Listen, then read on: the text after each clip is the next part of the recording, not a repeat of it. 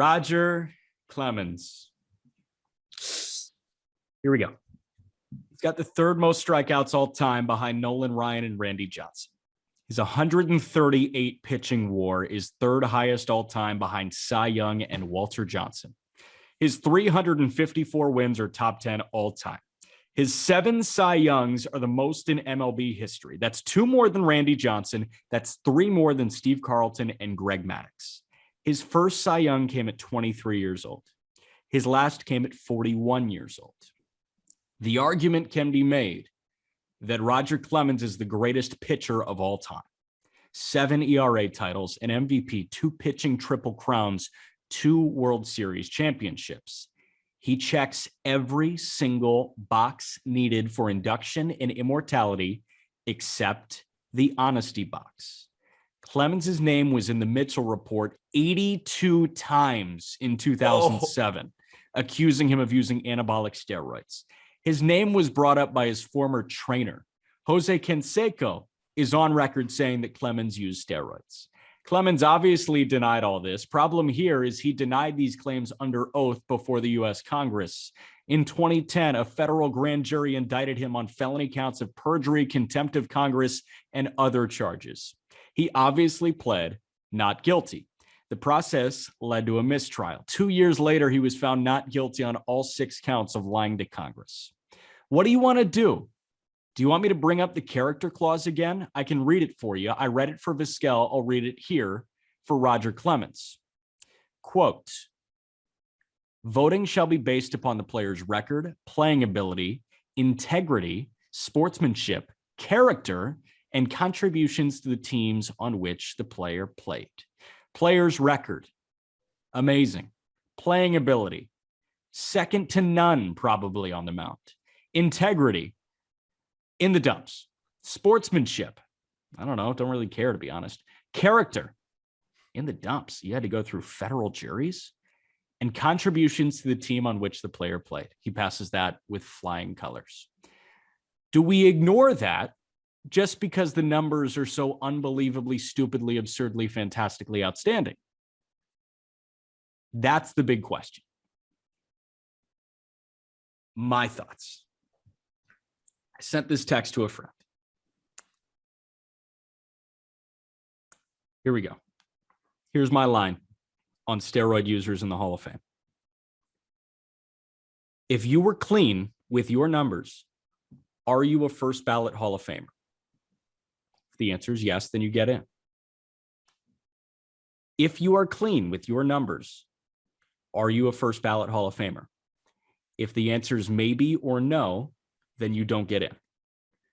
Roger Clemens, if he was clean with the numbers that he put up, is a unanimous Hall of Famer on the first ballot.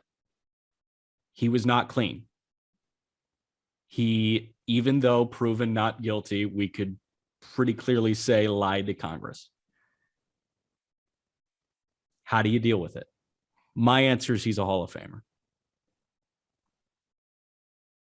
That was sick.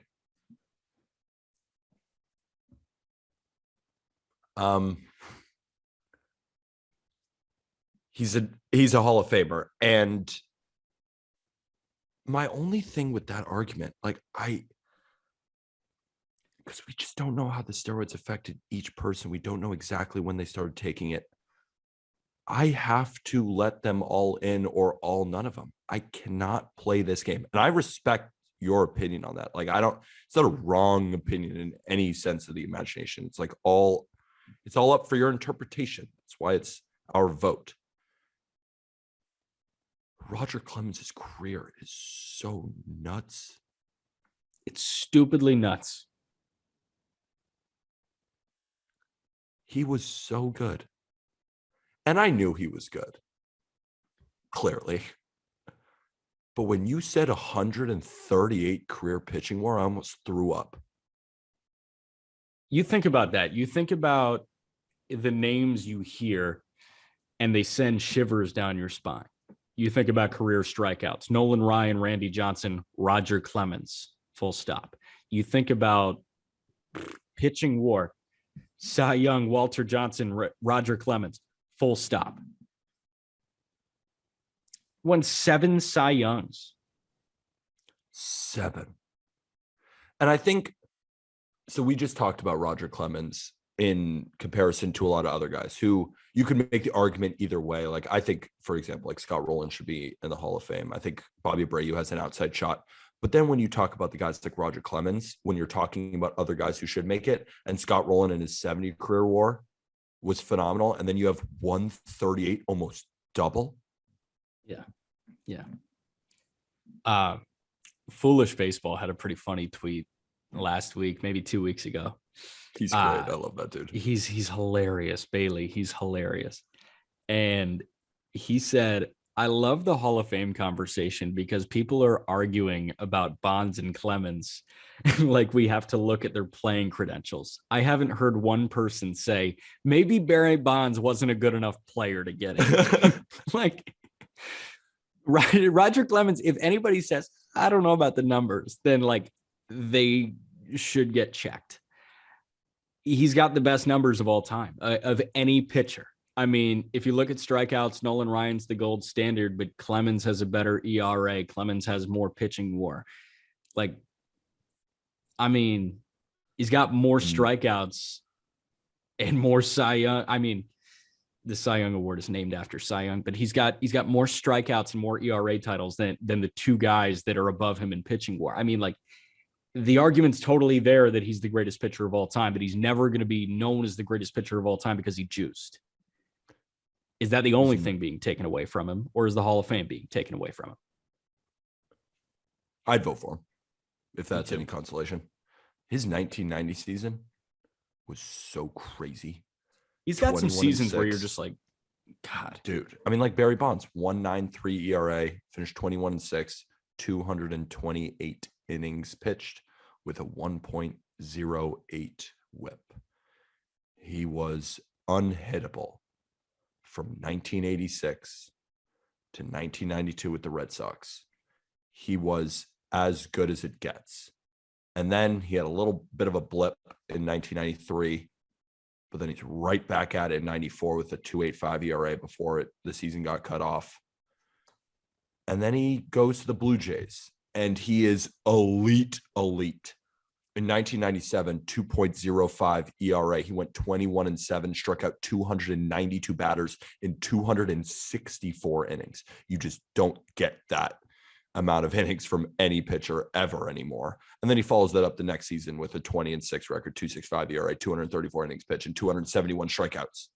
Then he goes to the Yankees, and he's still so good. And then he ends with Houston in 2005. Remember, he started in 1984. 1.87 ERA and 211 innings.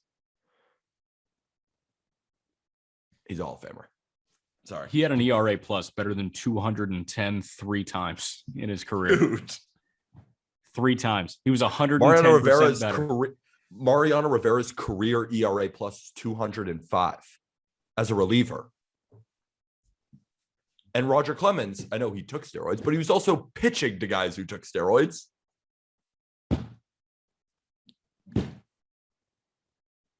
I want to watch every Clemens versus Bonds matchup ever happen. That has ever happened. I just want to sit down and binge it. I think one of the greatest matchups of all time was Eric Gagne versus Barry Bonds. Remember that game where Barry Bonds hit that home run off Eric Gagne? I think it was in an All-Star game. It was something. It might have been. No, it's just Dodgers Giants. Yeah. It was at AT&T, yeah? Yeah, AT&T where he hit that home run. It was Eric Gagne just juiced up, throwing 101. I think he won the Cy Young that year or finished second in Cy Young voting as a reliever against Barry Bonds, who was also just juiced up. These guys looked like Tonka trucks. Muscle running. hamsters. It was an immovable object versus a speeding bullet. God. I got to take a nap. I'm like, oh God, too much iced coffee and Roger Clemens talk is like making my skin tingle. Getting this juiced up, talking about guys that are juiced up, makes me just want to crash so hard. We should take steroids for these pods. Oh, true. That would actually be a good idea. Nobody's going to test us for this. And if we apologize for it, it's all good. It's all good. It's all good. Our name is not going to come up in any report 82 times. So we're good. 82 times in the Mitchell report. Every link you need is in the episode description.